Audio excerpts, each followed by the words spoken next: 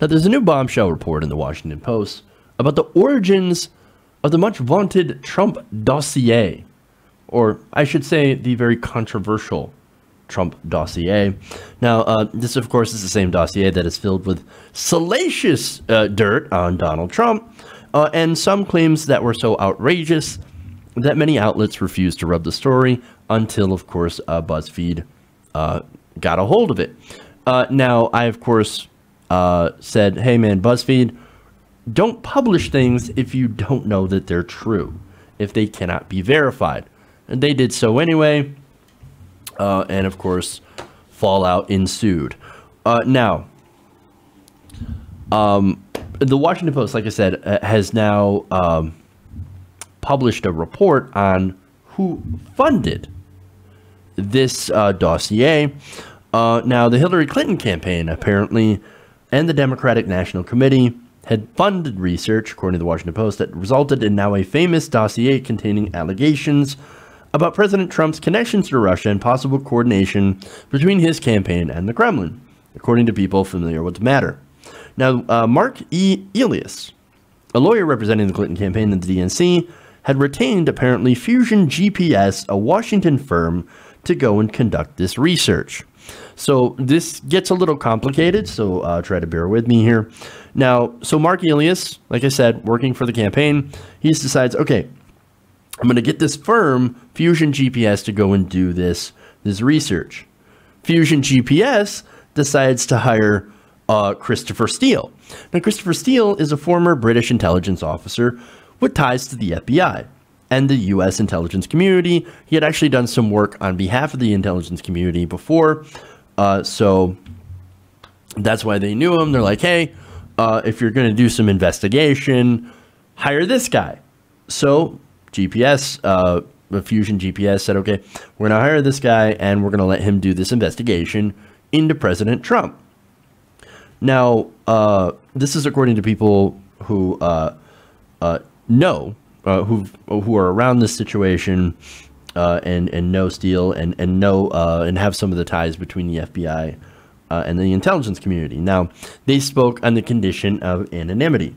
Now, what they said is that Elias and his law firm, Perkins Coie, had retained the company in April 2016 on behalf of the Clinton campaign and the DNC. Now, before that agreement, by the way, it's important to note that Fusion GPS's research into Trump was funded by an unknown Republican client during the primary. So this went way back before the DNC. They didn't start this, but they finished it. So I'm pretty sure there's like another Republican that's like, okay, let's get some dirt on Trump. I wonder who that person is. Now, I'm not saying anything, except it's probably Jeb Bush. Again, no, there's no information that actually proves that, but it's got to be Jeb Bush. Please clap. Please clap. Anyway, if anybody hates Trump, it's that guy. But anyway, low energy Jeb, right? This is exactly the kind of thing that you would do. But again, the Clinton campaign and the DNC, through that law firm, decided, hey, you know, we actually like that research that you're doing against Donald Trump. Let's take it over. And they did. They started to fund it through the end of October 2016. That's days before the election. So they were doing a lot of research. Now, Fusion GPS ended up giving Steele's reports and other documents to Elias, who was the lawyer representing the Clinton campaign and the DNC. So that's where it ended up. So, okay, here, like I said, here we have the Clinton campaign taking over for an unknown Republican, probably Jeb. So Elias looks at this dossier and says, oh, yeah, that's interesting. Let's continue to fund it. Let's do some work on it, and let's continue your work. Now, the Post notes that they don't know how much of the information actually was shared with the campaign and the DNC, and then who in those organizations were aware of both the roles of Fusion GPS and Christopher Steele. One person close to the matter said the campaign and the DNC were not informed by the law firm of Fusion GPS's role, yet the campaign and the DNC continue to fund them through this law firm. That's really, really weird. So they don't know who's subcontracting the subcontractor. Oh, wonderful. No wonder the DNC has been failing terribly. Now, okay, so now what's interesting about this dossier is what it actually alleges. Now, might be where the first allegations of Russian collusion in the election actually came from. This could be the root of the investigation into Russia. Now, some things in the dossier, at first, like I said, I went after BuzzFeed for publishing this thing because there are a lot of unsubstantiated claims. Now, since then, there are some claims in it that actually turned out to be sort of true. Now, there are other things, though, that are also not verified and are unverifiable. And that, of course, throws a lot of problems of credibility into this report. But nonetheless, let me get to some of the stuff that they actually had right. Now, the dossier actually had a link between Paul Manafort and Viktor Yanukovych. Now, Viktor Yanukovych was former head of a Ukraine party that was pro-Putin. It correctly said that, yes, there are links, they have been doing business, and that Paul Manafort actually has represented Ukraine as well as a lobbyist. So he would come in and he would lobby our politicians on behalf of Ukraine. The problem with that is, of course, he didn't register as a foreign agent. He got busted for that. And it was in the dossier, to be fair. Now, the dossier also claimed that Trump and associates had long-standing ties to Russian officials, which on its face, okay, if you have ties to people, that's fine. But are they financial ties? And did these ties lead to them being helped by these Russian ties in the election against Hillary Clinton? Now, let me get into some of the stuff that was in the dossier that was corroborated. A February New York Times article reported that phone records and intercepted calls showed that members of Trump's campaign and other Trump associates had repeated contacts with senior Russian officials in the year before the election. The Times article was also corroborated by CNN and Reuters independent reports. And some Russian officials had also acknowledged some of these and other repeated contacts. Now, again, if you have contacts, it's fine. It looks a little suspicious, but that in itself is not evidence of wrongdoing. But if this led to any sort of information that ended up helping the Trump campaign against Hillary Clinton, then that would be a violation of campaign finance law, as that is considered a campaign contribution. And of course, that would be collusion. Now, numerous credible reports also suggest that both he and Manafort have long-standing relationships with Russians and pro-Putin groups. Last month, CNN reported on intercepted communications that U.S. intelligence agencies collected among suspected Russian operatives discussing their efforts to work with Paul Manafort to coordinate information that could damage Hillary Clinton's election prospects, including conversations with Manafort encouraging help from the Russians. Again, that would be clearly a violation of campaign finance law. As I said, you cannot go and if you're a foreign national, give damaging information to another candidate. And when you're a campaign, you can't take that damaging information from a foreign source. Again, that is violation of campaign finance law. You can't do that. We have laws against that. Now, Manafort was also present during the Trump Jr. meeting with Natalia Veselnitskaya. Now, they talked about removing Russian sanctions, but it's all to help the children get adopted, you see. It doesn't have anything to do with the fact that Russia would make money, more money, if the sanctions were removed with the United States. No, it didn't have anything to do with that. It was all about adoption. Think of the poor children. In which Donald Jr. is such an idiot. He's like, I didn't care about the children. All I wanted to do is I just wanted to get damaging information on Hillary Clinton. If it is what you say it is, then I love it. That's what he said in his email. Now, some of the other stuff in the dossier also alleged Russian attempts to swing Bernie Sanders supporters to Trump. This is interesting. The report also refers specifically to the aim of the Russian influence campaign to swing supporters of Bernie Sanders away from Hillary Clinton and across to Trump. Based on information given to Steele in early August 2016, it was not until March 2017, however, that former director of the National Security Agency, retired General Keith Alexander, in Senate testimony said of the Russian influence campaign, what they were trying to do was drive a wedge with the Democratic Party between the Clinton group and the Sanders group. Well, that wedge was pretty much already there, didn't really need help from the Russians. But anyway, a March News report also detailed that Sanders supporters' social media sites were infiltrated by fake news, originating from dubious websites and posters linked back to Eastern Europe that tried to shift them against Clinton during the general election. John Mattis, a former investigator, a Senate investigator who helped run the online campaign for Bernie Sanders, said he was struck by Steele's report. Mattis says, Steele was writing in real time about things I was seeing happening in August, but I couldn't articulate until September. It is important to emphasize here that Steele's source for a change in the plan was an, quote, ethnic Russian associate of Republican U.S. presidential candidate Donald Trump, who discussed a reaction inside his camp. So, yes, fake news, right? Going into Bernie Sanders supporters. Now, how effective was that? Well, only about 12% of voters who voted for Bernie Sanders voted for Trump. Only 12%.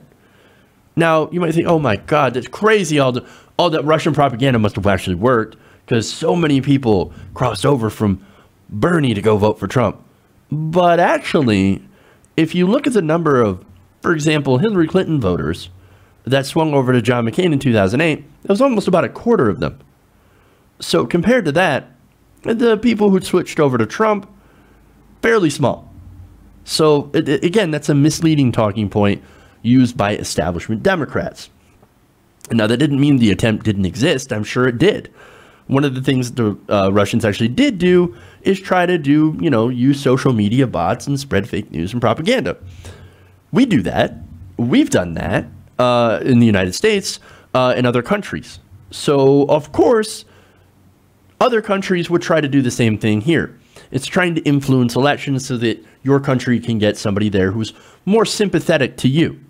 And I think one of the things that Russia wanted to do is to get rid of that sanctions, or some of those sanctions, because that costs them economically.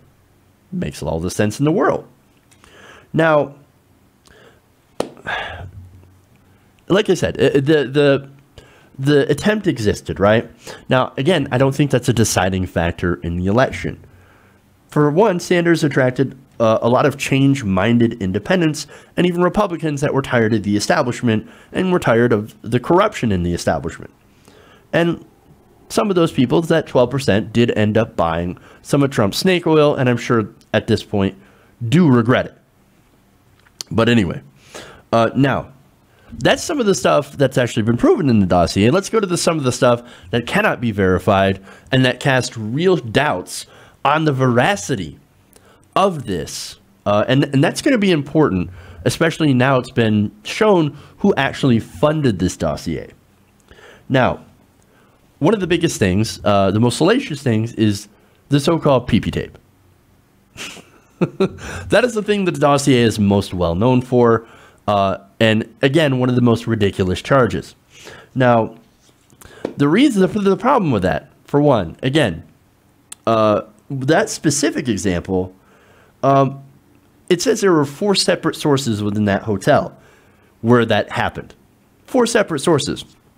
Now, if you're running a hotel and you want to get a lot of trust, right? Part of that is about discretion. If you're running a business, you make sure to be discreet about your clients, right? Now, the other thing about this is that you really don't want to piss off Russian intelligence. Any source that could be so easily identified, like somebody working at the hotel that supposedly saw this happen, would be putting themselves at significant risk. People have died in Russia for less, journalists, dissidents, and even lawyers. We've talked about that before. Now, the other thing is, of course, speaking of sources, how did they get so many high-quality sources direct access to discussions inside the Kremlin? That seems very, very weird and very highly unlikely, especially considering that the CIA and other professional intelligence services rarely develop this kind of direct access despite expending significant resources over decades. So those things put together, they put a huge credibility gap in some of the stuff that is presented in the Steele dossier. Now, if you add in now that it was paid forward by the DNC, even unknowingly, perhaps if you believe them, like, oh no, we didn't know that they were actually paying Fusion GPS for this crap, then, oh man. Then what it does is that it ends up making this thing a lot more dubious, despite some of the stuff that I've told you that actually match up with what we already know. So, here's the obvious question. How much did they pay for this? The Clinton campaign reportedly paid Perkins Coie $5.6 million in legal fees from June 25th to December 2016, according to campaign finance records. And the DNC itself paid the firm $3.6 million in legal and compliance consultants since November of 2015. Now, it's kind of hard to tell from the filings how much of that work was for legal matters or what went to Fusion GPS. At no point the people said to the Clinton campaign or the DNC direct Steele's activities. They described him as a Fusion GPS subcontractor. But interestingly enough, it gets more interesting. He's not the only one who ended up paying Christopher Steele. After the election, the FBI agreed to pay Steele to continue gathering intelligence about Trump and Russia. Now, the Bureau, of course, pulled out later on after Steele was publicly identified in those reports, and Steele's work was also presented to President Barack Obama, who also knew. In early January, then FBI Director James Comey presented a 2-page summary of Steele's dossier to President Barack Obama and then President-elect Donald Trump. So Obama knew about the allegations of Russian collusion. Interesting. So he knew about that. The DNC, of course, paid for that. The FBI paid for that. This is all very, very complicated, and it looks very, very bad. Now, again, there's a big credibility gap in here. Again, the sources are questionable, and I think you should look at a lot of the stuff in here with a lot of skepticism. Now, I still believe that there's a deal between Donald Trump and the Russian government. A lot of the Paul Manafort stuff, of course, has been corroborated as being true, and we've seen in a lot of those reports. But again, all that stuff, all the stuff that can be verified already has been verified. But to people who don't believe it, this revelation of the DNC paying for it, it's the final nail in the coffin. They're never going to believe anything that has to do with the Russian investigation. Nothing at all. So, and that's a bit of a problem, okay? And now, while there's a lot of stuff in this dossier that is fake news, there's also a lot of stuff that is real. And there's a lot of really strange connections between the Russian government and Donald Trump. But since we do know who funded it now, and because the DNC is so incredibly loathed, and for very, very good reason, nobody's going to believe the things in it that are actually true. And that is a bit of a problem. Hey everybody, thanks for watching this video. If you want to see more like this, please hit the subscribe button below. And if you want to support truly independent progressive media, please consider becoming a patron at patreon.com/TYTNation.